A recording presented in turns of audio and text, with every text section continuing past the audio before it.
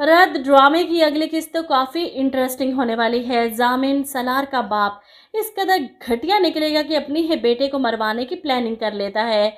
जिस फंक्शन में सलार ने जाना था वहां पर धमाका करवाता है और इस धमाके को हादसा करार दे देता है। ऐसे में ईमान को जब न्यूज़ में ये खबर मिलती है तो वो भागती हुई जाती है हादसे की जगह, जहां आग लगने के बाद सलार जख्मियों की मदद कर रहा था।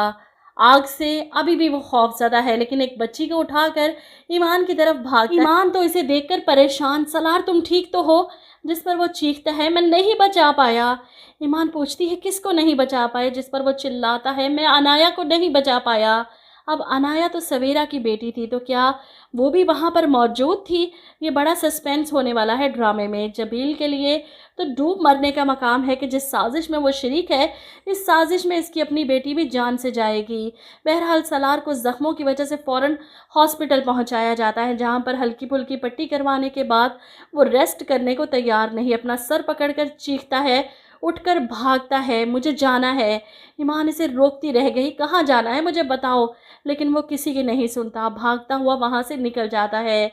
ऐसे में ये खबर राहा अदनान को भी बताती है कि उस इवेंट में ब्लास्ट हुआ है।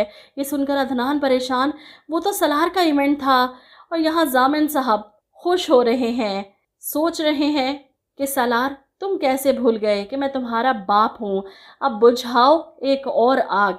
वहीं जैन को जब इस हादसे का पता चलता है तो वो भी हॉस्पिटल पहुंचता है। इसे पता था कि सलार का इवेंट है और इस गिल्ट में कि कहीं ये सब इसी की वजह से ना हुआ, हॉस्पिटल जाते ही इसका सामना ईमान से होता है। ईमान इसे आंखें दिखाती है, ये सब तुम्हारा किया धरा है ना, तुमने सलार के साथ ये सब किया। जैन खुद को कसूरवार समझ रहा है, इसीलिए सर पकड़े खड़ा है कि सलार का बाप ये सब करवा सकता है। वो तुम्हें और सलार को एक दूसरे से दूर करना चाहता है।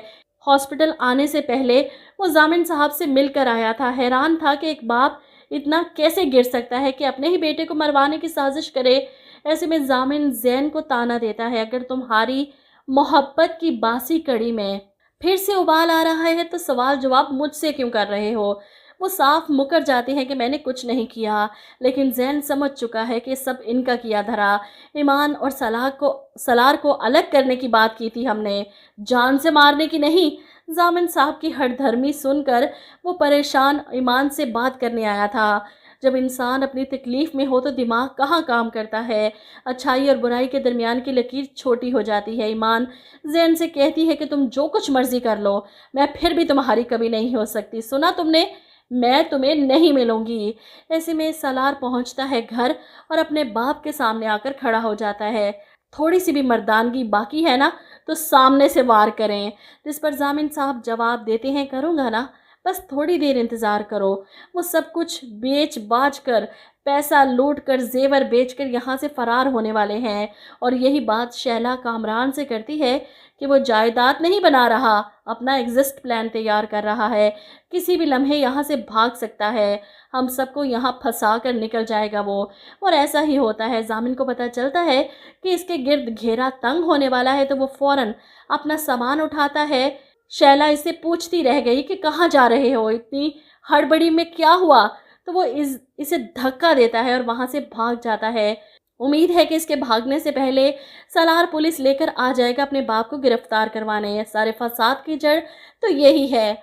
और फिर उगलेगा जामिन अपनी सारी हकीकत, किस तरह इसने अपनी बीवी राहत को मारा, किस तरह इसने ईमान को मारने की भी कोशिश की और ये आग भी इसी की लगाई थी।